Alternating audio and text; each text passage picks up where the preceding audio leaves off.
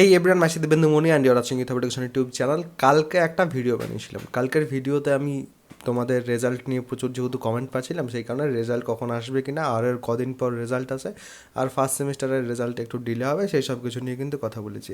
এবারে সেইখানে তাছাড়া তার আগেও কিন্তু যে ভিডিওস ছিল সেগুলোতে কিন্তু একটা কমেন্ট খুব বেশি পাচ্ছিলাম যে 20 মে আমি যে বলছি তোমাদের সেমিস্টার এক্সামিনেশন হবে, সেটা কোথায় দিয়েছে, সেটা কেন বলছি, স্টুডেন্টদেরকে নাকি আমি ভয় খাওয়ানোর জন্য বলছি। এবারে আমি একা স্টুডেন্টদেরকে ভয় খাওয়ানোর জন্য বলছি তা নয়, ইউটিউবাররা নাকি ভয় খাওয়ানোর জন্য বলে, এরকম প্রচুর কিন্তু কমেন্ট আছে। এবারে 30 তারিখ, 30 মার্চ কিন্তু তোমাদের স্টেট কাউন্সিলে একটা মিটিং ছিল। এই যে মিটিং ছিল, সেই মিটিংয়ে প্রায় প্রত্যেকটা কলেজ থেকেই কেউ না কেউ কিন্তু সেখানে প্রেজেন্ট ছিল, প্রতিনিধি কিন্তু সেই মিটিং যেটা সেখানে কিন্তু ছিল। সেখানে বলা হয়েছিল যে 20 মে থেকে তোমাদের semester examination, event semester exam মানে সেকেন্ড, ফোর্থ এবং সিক্সথ যে সেমিস্টার এক্সাম, সেটা কিন্তু কন্ডাক্ট করার কথা ভাবা হচ্ছে। এবং সেই কারণেই অনেক কলেজ আছে যারা ভার্বালি কিন্তু স্টুডেন্টদেরকে বলেছে, আবার অনেক কলেজ আছে যারা কিন্তু রিটেন ফরম্যাটে স্টুডেন্টদেরকে এই বিষয়টা জানিয়েছে। রিটেন ফরম্যাটের একটা এক্সাম্পল আমি কিন্তু পাশে তোমাদের জন্য দিচ্ছি।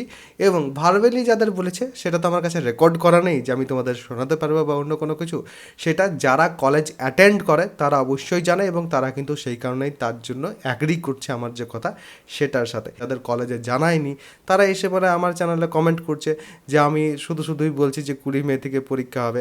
আগের বছরও কিন্তু একই রকমভাবে স্টুডেন্টরা বিভ্রান্ত ছিল। দেখো, তুমি একা যদি বিভ্রান্ত হও সেটা কিন্তু সমস্যা নয়, বাট তুমি যদি তোমার আশপাশের লোকজনদের বিভ্রান্ত করছো, আশপাশের স্টুডেন্টদের বিভ্রান্ত করছো, সেটা কিন্তু সমস্যার। তো সেই কারণে কিন্তু ক্ল্যারিফাই করার জন্য এই যে ভিডিও, সেটা কিন্তু বানালাম। 20 মে থেকে তোমাদের পরীক্ষা হচ্ছে। এবার যদি প্রিপারেশান নেওয়ার ইচ্ছে থাকে তোমার, তাহলে অবশ্যই তুমি প্রিপারেশান নিতে পারো, যদি না থাকে তাহলে সেক্ষেত্রে তুমি নাও নিতে পারো। বাট যেসব স্টুডেন্টরা প্রিপারেশান নিচ্ছে তাদেরকে বিভ্রান্ত কিন্তু করবে না।